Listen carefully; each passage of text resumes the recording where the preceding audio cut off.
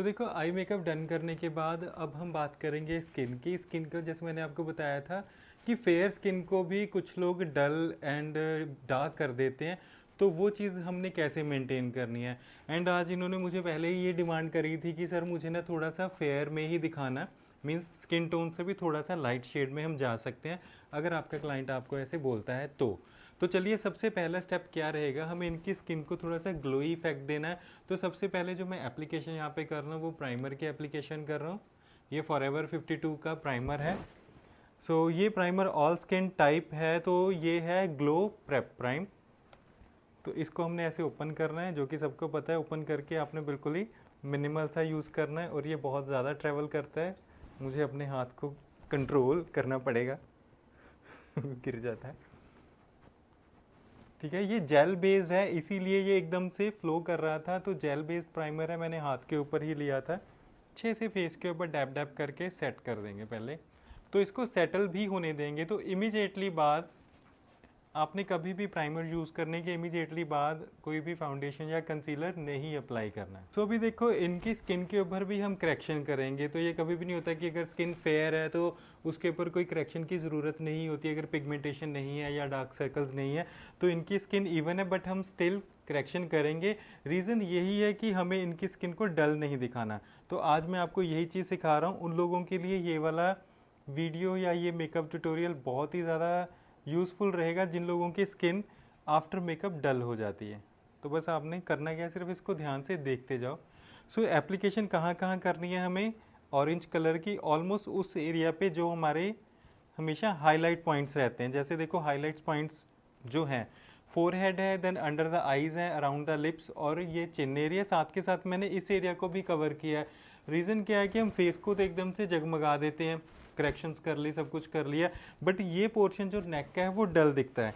तो आपने कभी भी नेक के इन पॉइंट्स को भी करेक्शन के बिना नहीं छोड़ना। जितनी एप्लीकेशन हम फेस पे कर रहे हैं उतनी ही एप्लीकेशन आपको जो नेक के सामने से पॉइंट्स दिख रहे हैं वहाँ पे करनी है। मेजर पॉइंट्स यही रहते हैं।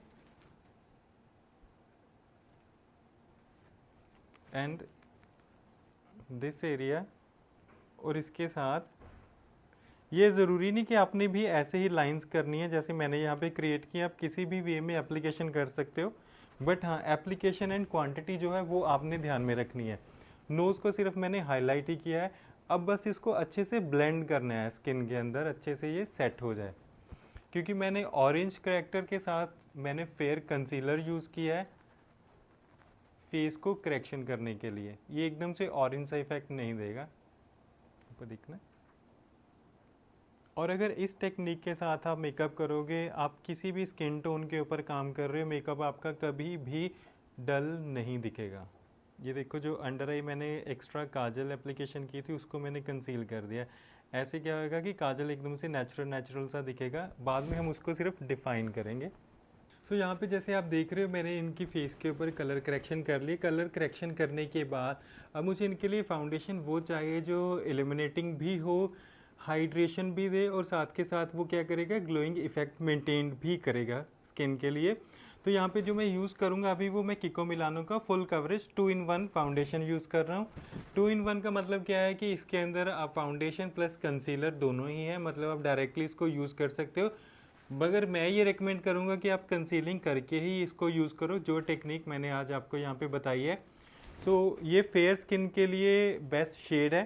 तो इसको यूज़ कैसे करना है, इसके अंदर आपको ऐसे कंसीलर जैसा ही एप्लीकेटर मिलेगा, बट ये थिक बहुत ज़्यादा है, मीन्स फाउंडेशन जो है वो कवरेज अच्छी देगा। तो आपने ऐसे हल्का हल्का सा ही यूज़ करना है, ज़्यादा लेयरी मत करना। अगर ज़्यादा लेयरी करोगे तो फिर ये क्या करेगा, आपके फेस पे किक इफेक्ट देगा। सो ईजी टू अप्लाई है एंड अच्छे से कवरेज देगा, बट आपने इसको ब्यूटी ब्लेंडर की हेल्प से अब पूरे फेस के ऊपर सेट कर देना है। एंड द नेक पार्ट,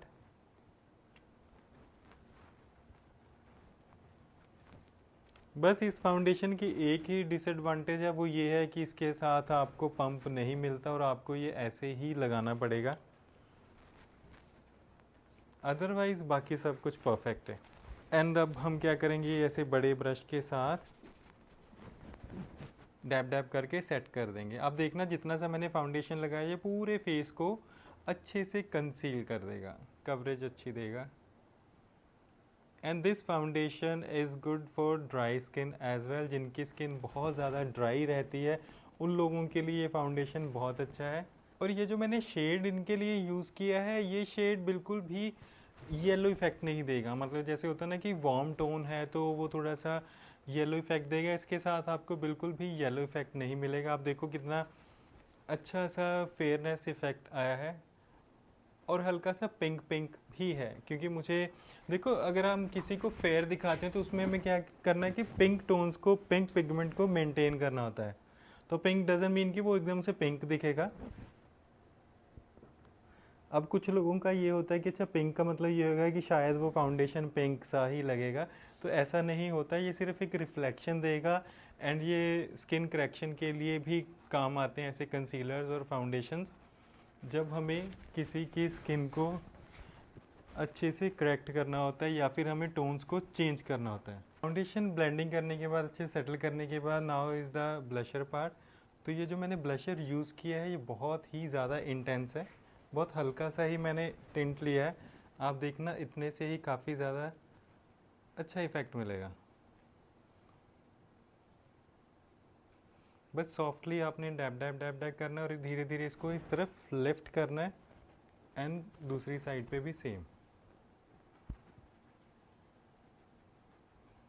क्योंकि ऐसे जब पिगमेंटेड हम प्रोडक्ट यूज़ करते हैं तो उसमें आपने सिर्फ पहले उसको देखो कि वो उसकी प्रॉपर्टीज़ कैसे हैं, उसका रिजल्ट कैसे आता है। डायरेक्टली कभी भी फेस के ऊपर यूज़ मत करो। अदरवाइज़ क्या होएगा कि अगर वो ज़्यादा इंटेंस निकला प्रोडक्ट आपका, तो आपकी जो लुक है वो स्पॉइल हो जाएगी, या फिर आपको वहाँ पे दोबारा से टचअप्स वगैरह करने पड़ेंगे। And this is a minimal makeup look. तो मिनिमल मेकअप के लिए हर एप्लीकेशन मिनिमल से ही रखेंगे, स्किप कुछ भी नहीं करेंगे। अभी क्या है कि हम फटाफट से लूज़ पाउडर के साथ लॉक भी कर देंगे। ये ब्रशर को देना, तो मैं पहले इनकी एक आई के नीचे एप्लीकेशन कर दूंगा। अब देखो जैसे कुछ क्लाइंट्स होते हैं या कुछ लोग, गर्ल्स ऐसे होते हैं जिनके ना जल्दी से जल्दी क्रीजिंग हो जाती है। तो देखो क्रीजिंग क्या है, अंडर आइज वो होती है कि आपका आई टाइप कैसा है, तो वो एक नेचुरल है। तो बट हम उनको डिफ्यूज़ कैसे करना है, ब्लर आउट कैसे करना है, वो हम पे डिपेंड करता है।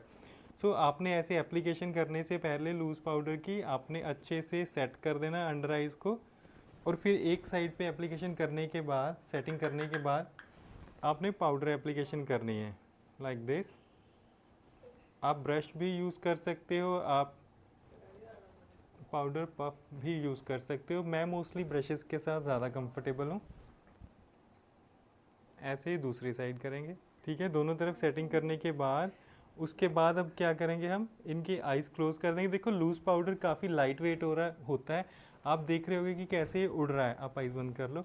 तो अभी क्या करना, हमने nose and around the mouth अच्छे से एप्लीकेशन कर देनी है। आप देखो मेरे इस ब्रश के अंदर कितना मतलब लूज़ पाउडर है। ये इतना ज़्यादा लाइट वेट है लूज़ पाउडर जो मैंने इनके लिए यूज़ किया है। एक बारी में ही इतने से ब्रश के साथ ऑलमोस्ट 70% फेस को कवर कर लिया मैंने। अच्छे से पूरे नेक को लूज़ पाउडर के साथ लॉक करने के बाद अब हम करेंगे फिनिशिंग फेस की एंड आईज़ की। हमने ऑफ द कैमरा इनका हेयर डू भी कर दिया था और साथ के साथ मैंने लिप लाइनर एप्लीकेशन भी कर दी थी। क्योंकि हेयर डू में मैंने कुछ खास नहीं किया है, सिर्फ स्लीक लुक ही दी है। और लिप लाइनर मैंने जो यूज़ किया है वो मैंने पिंक टोन पे किया है। जनरली मैं डार्क पे करता हूँ, बट आज मैंने पिंक में इसलिए किया है क्योंकि हम इनकी लुक जो है वो थोड़ी सी न्यूट्रल भी रख रहे हैं। एंड साथ के साथ जैसे फेयर स्किन है तो थोड़ी ब्राइटनेस भी चाहिए। एंड इनकी खुद की चॉइस ये थी कि इनको थोड़ा सा मेकअप फेयर साइड पे एंड ग्लोइंग और पिंक टोन्स पे चाहिए। तो उसी को कंसीडर करते हुए मैंने जो इनके लिए लिप शेड भी लिया है वो ये वाला लिप शेड इनको यूज़ कर रहा हूँ। सबसे पहले हमने इनके लिप्स के ऊपर अप्लाई किया था लिप इंजेक्शन, जिसके साथ इनके लिप्स की ड्राइनेस या चैप्ड इफेक्ट थोड़ा सा कम हुआ है। और जो इनके लिए भी मैं लिप शेड यूज़ कर रहा हूँ ये क्रीमी लिप शेड है। और इसके साथ आप देखो कितना अच्छा इफेक्ट आया इनके लिप्स के ऊपर। एंड कलर भी बहुत सुंदर है, मतलब इनको बहुत कॉम्प्लीमेंट कर रहा है ये वाला कलर। बस ऐसे ही हम अपर लिप पर और लोअर लिप पर के ऊपर एप्लीकेशन कर देंगे। शोपैरल की स्टूडियो ग्लो हाइलाइटिंग पैलेट बहुत ही अमेजिंग है। इसके अंदर आपको जैसे 8 शेड्स मिल रहे हैं, ये सारी इंडियन टोन्स को भी कॉम्प्लीमेंट करते हैं। अगर किसी की अंडरटोन्स येलो है तो उसके लिए यहाँ पे गोल्डन मिल जाएगा, अगर थोड़ी सी विटिश है उसके लिए आपको ये कॉपर एंड शैम्पेन शेड भी मिलते हैं। बट अगर इनके जैसी किसी की फेयर स्किन है और किसी को थोड़ा सा पीची पीची या फिर पिंक इफेक्ट चाहिए तो उसके लिए आपको यहाँ पे ये वाले हाईलाइटर भी मिलते हैं। तो इनके लिए मैं ये वाला हाईलाइटर यूज करूंगा, बिल्कुल मिनिमल सा मैंने लिया और जस्ट आपने इतना ही अप्लाई करना है क्योंकि इसका पिगमेंट ही इतना अच्छा है। अगर आप इसको सॉफ्टली ऐसे अप्लाई करते हो एंड सी द डिफरेंस, कितना अच्छा न्यूट्रल सा ग्लो इनको मिला है। तो आपने अब करना क्या है, जो भी आपका स्किन टोन है उसके अकॉर्डिंगली आपने ये वाले हाइलाइटर्स यूज करने हैं। सो ये है आज की हमारी फाइनल लुक, जिसमें मैंने इनका मेकअप बहुत ही मिनिमल सा रखा है। एप्लीकेशंस कैसे करी थी क्योंकि इनकी स्किन फेयर है और इनको मेकअप भी थोड़ा फेयर साइड पे चाहिए था। और मेरा आज का टॉपिक यही था कि अगर कोई फेयर स्किन का होता है तो उनकी स्किन को हम डल एंड थोड़ा सा ब्राउन भी कर देते हैं। तो अगर आप इस टेक्निक के साथ मेकअप करोगे कभी भी आपकी स्किन डल या फिर ऑक्सीडाइज नहीं होएगी। अगर आपको ऐसा ही कंटेंट चाहिए तो मेरे पेज को, मेरे चैनल को करो सब्सक्राइब, क्योंकि मैं नया नया टॉपिक लेके अपने चैनल के ऊपर आता रहता हूँ। अगर आप सब्सक्राइब नहीं करोगे तो कोई ना कोई टॉपिक आप मिस कर दोगे।